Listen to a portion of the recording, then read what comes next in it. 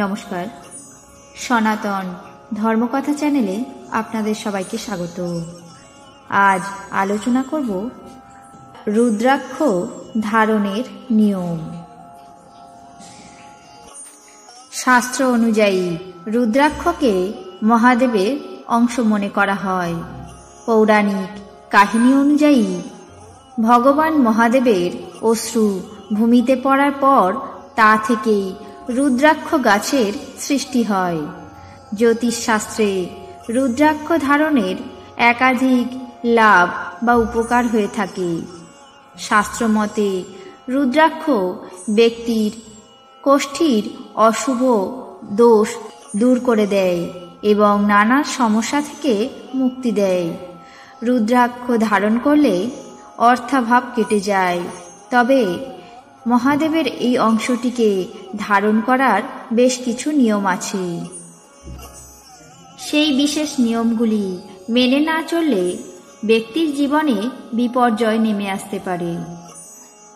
তাই রুদ্রাক্ষ ধারণের নিয়মগুলি হল: শাস্ত্রমতে রুদ্রাক্ষ সবসময় নিজের উপার্জিত অর্থ দিয়ে কেনা উচিত। কারো কাছ থেকে উপহারে পাওয়া রুদ্রাক্ষ ধারণ করতে নেই। সাধু সন্তদের সামনে সম্পূর্ণ রীতিনীতি মেনে রুদ্রাক্ষ ধারণ করা উচিত। তবে রুদ্রাক্ষ ধারণ করার আগে জ্যোতিষীদের পরামর্শ নিতে হয়। রুদ্রাক্ষ ধারণের আগে মহাদেবের পুজো করতে হয়, তারপর ধারণ করতে হয়। রুদ্রাক্ষের পূজা করিয়ে তা বেশিক্ষণ রেখে দেওয়া উচিত নয়। রুদ্রাক্ষের পুজো করানোর পরে সঙ্গে সঙ্গেই তা ধারণ করা উচিত। রুদ্রাক্ষকে কখনো কালো সুতোয় গেঁথে ধারণ করা উচিত নয়।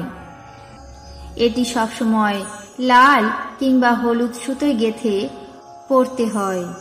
রুদ্রাক্ষ ধারণ করার সময়ে ওম নমঃ শিবায় মন্ত্রটি 108 বার উচ্চারণ করতে হয়।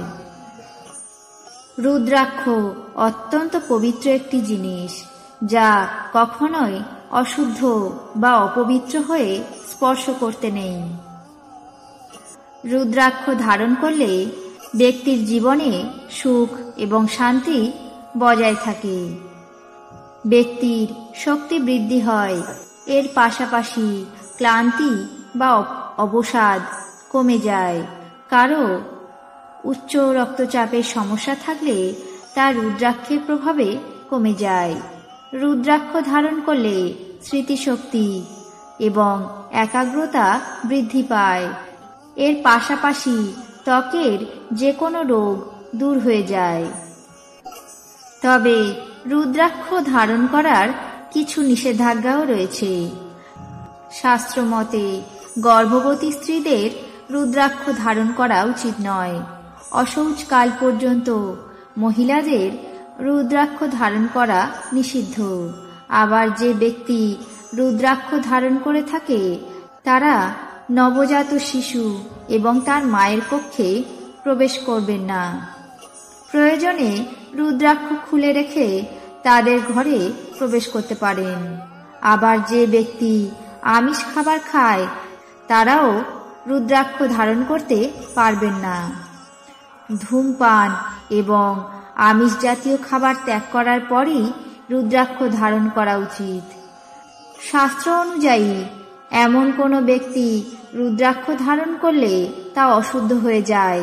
এর ফলে তাদের ভবিষ্যৎ আরও কষ্টসাধ্য হয়ে পড়ে। আজ রুদ্রাক্ষ ধারণের নিয়ম কি সেই বিষয়ে আলোচনা করলাম। আপনাদের কেমন লাগলো তা অবশ্যই কমেন্ট বক্সে জানাবেন।